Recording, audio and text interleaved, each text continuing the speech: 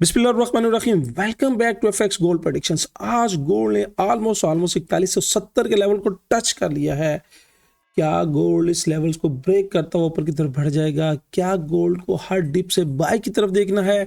अगर बाय की तरफ देखना है तो उसके बेस्ट लेवल्स कौन से होंगे, ये सब कुछ डिस्कस करेंगे आज की वीडियो में। अगर आप लर्न करना चाहते हैं, प्रैक्टिस करना चाहते हैं, इस फेस में आना चाहते हैं तो ये वीडियो आपके लिए अहम वीडियो से है।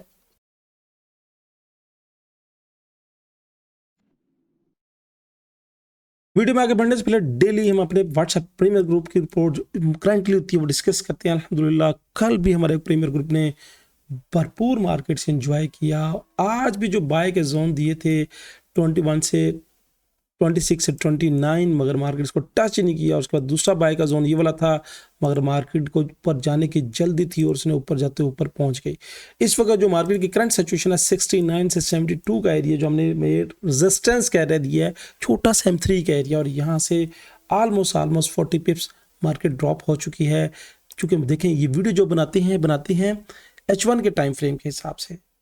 M1 M5 क्या कर रहा है ये करंटली सिचुएशन में आप अपने ग्रुप में अपडेट करते रहते हैं। अपने ग्रुप में trade with reasons, trade with educations दी जाती है।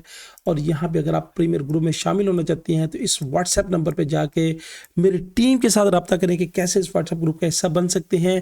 कुछ टर्म्स एंड कंडीशंस हैं, यानी डिस्क्रिप्शन में जाएं, अकाउंट क्रिएट करें, अपना अकाउंट क्रिएट करके कुछ टर्म्स एंड कंडीशन है डिपॉजिट की, और आप इस प्रीमियर ग्रुप का हिस्सा बन सकते हैं। तो बढ़ते हैं चार्ट की तरफ।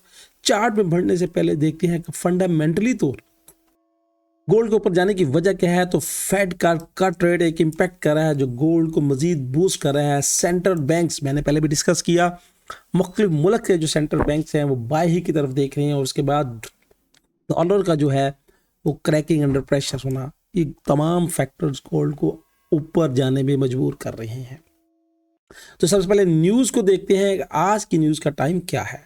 लीजिएगा एक्सनेक्स के टर्मिनल पे हम आ चुके हैं और 26 नवंबर 2025 को आज यहाँ पे मुकामी दुबई के टाइम के मुताबिक 5:30 पे 3 हाईली इम्पैक्ट की न्यूज़ हैं, फिर 6:45 पे हाईली इम्पैक्ट की न्यूज़ है, और उसके बाद 7 बजे 2 हाईली इम्पैक्ट की न्यूज़ हैं। आज मार्केट में खासा हलचल रहेगा, मार्केट में खासी वॉलेटिलिटी रहेगी और मार्केट में खासी मूवमेंट की प्लस माइनस होने के चांसेस हैं। तो एहतियात और केयर की ज़रूरत है।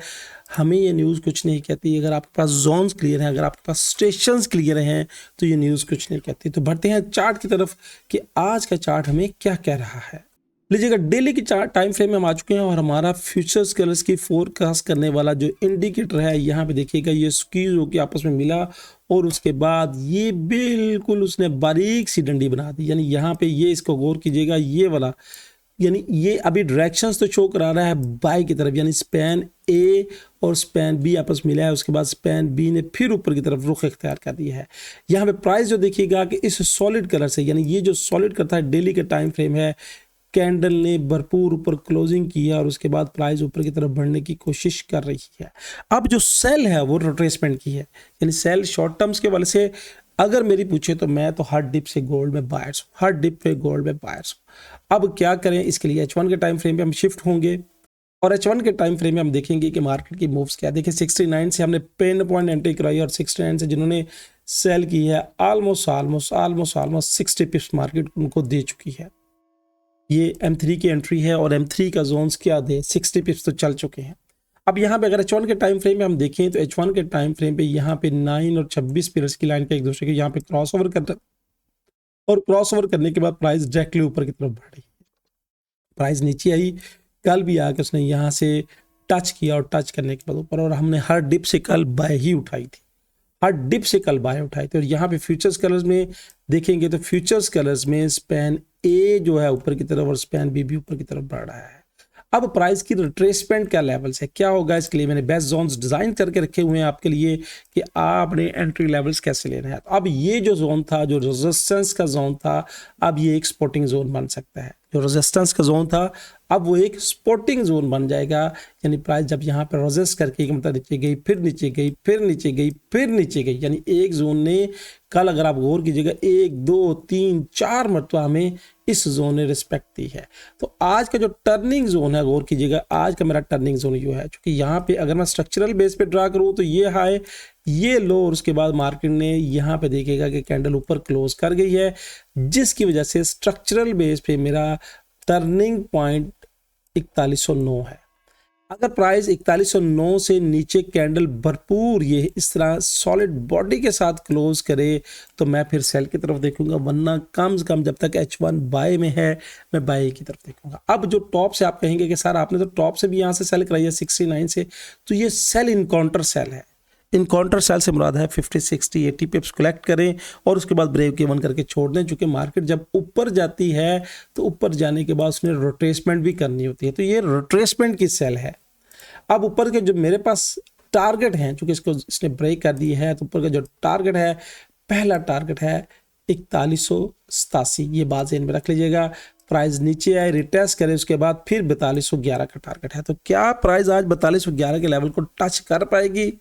क्या प्राइस इन तमाम एरिया को ब्रेक करते हुए ऊपर बढ़ जाएगी? ये अब आपने कमेंट्स में मुझे बताना है। टर्निंग जोन मैंने आपको बता दिया, टर्निंग जोन के बाद प्राइस नीचे आती है तो ये रिटेस्ट का एरिया है, रिटेस्ट के बाद ऊपर जाए फिर ब्रेक करे तो मेरे पास जो सपोर्टिंग लेवल है नीचे का वो है 4063। उसके बाद मजीद नीचे जाती है, ये 4063 कल का लेवल ही मैंने मार्क करके रखा हुआ है, और इसके साथ साथ ये जो सपोर्टिंग का लेवल है स्पैन बी का है, उसके बाद मजीद नीचे जाती है तो ये फ्रैक्टल के एरिए हैं वो बनता है 4087 और 4022, यानी ये तमाम जो एरिया मैंने मार्क किए हैं फ्रैक्टल के वाले से मार्क किए हैं।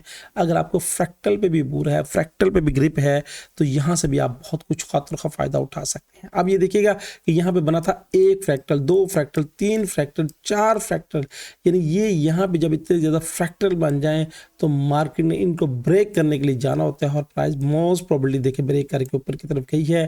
एसएल लेने के बाद मार्केट माइट भी थोड़ा सा रिएक्शंस दे। अब थोड़ा सा रिएक्शन तो हम एंजॉय कर चुके हैं, अब मजीद कितना रिएक्शंस देती है चेक करना पड़ेगा, मगर ये जो रेजिस्टेंस का जोन था अब ये सपोर्ट का जोन बन जाएगा। ये रिटेस्ट और उसके बाद मेरा टारगेट 4187 और 4211 है। इसके बाद मजीद अगर ऊपर बढ़ती है तो बढ़ने की शक्ल में मैंने वीकली के जो टारगेट दिए हुए हैं वो है 4245, यानी ये वाला टारगेट। तो क्या गोल्ड इन टारगेट्स को टच कर पाएगा? आप क्या कहते हैं, आप क्या सोचते हैं, आप क्या समझते हैं, आपकी राय क्या है? कमेंट्स में कमेंट्स का जरूर इजहार कीजिएगा। इसके साथ साथ अगर आप वर्ल्ड बेस्ट ब्रोकर की तलाश में हैं तो वीडियो के डिस्क्रिप्शन में जाएं, वीडियो के डिस्क्रिप्शन में जाने के बाद यहाँ पे वर्ल्ड बेस्ट ब्रोकर्स हैं, एक्सनेक्स है, आईसी मार्केट है, हॉट4वेक्स है, प्राइम एक्सपीटी है, वांटेज है, एक्सएम है, आरएम है। आप किसी भी ब्रोकर के लिंक को क्लिक करके अपना अकाउंट क्रिएट कर सकते हैं। यहाँ पे ये सारे लिंक मौजूद हैं, ये ऑथेंटिक लिंक्स हैं जो प्रॉपर ओरिजिनल ब्रोकर की वेबसाइट से है। उदाहरण कुछ ऐसे लिंक को क्लिक ना कर लीजिएगा जो स्कैमर साइट्स हो, जो आपका डाटा हैक कर ले। यहाँ पे प्रूवन लिंक्स मौजूद हैं, यहाँ पे लिंक से आप क्लिक करके आप अकाउंट क्रिएट कर सकते हैं। जहाँ पे अकाउंट अगर आप हमारे लिंक से क्रिएट करते हैं तो ना सिर्फ आपको बेहतर बेनिफिट्स मिलेंगे बल्कि बहुत कुछ लर्निंग को भी मिलेगा, और व्हाट्सएप प्रीमियर ग्रुप में भी आप शामिल हो सकते हैं। तो दोस्तों ये थी फोरकास्ट, ये थी एनालिटिक। आप क्या सोच रहे हैं, आप क्या समझ रहे हैं, कमेंट्स में कमेंट्स का ज़रूर इज़हार कीजिएगा। मिलेंगे एक नई वीडियो में एक नई बात के साथ, एक नए एनालिटिक के साथ। अल्लाह हाफिज़।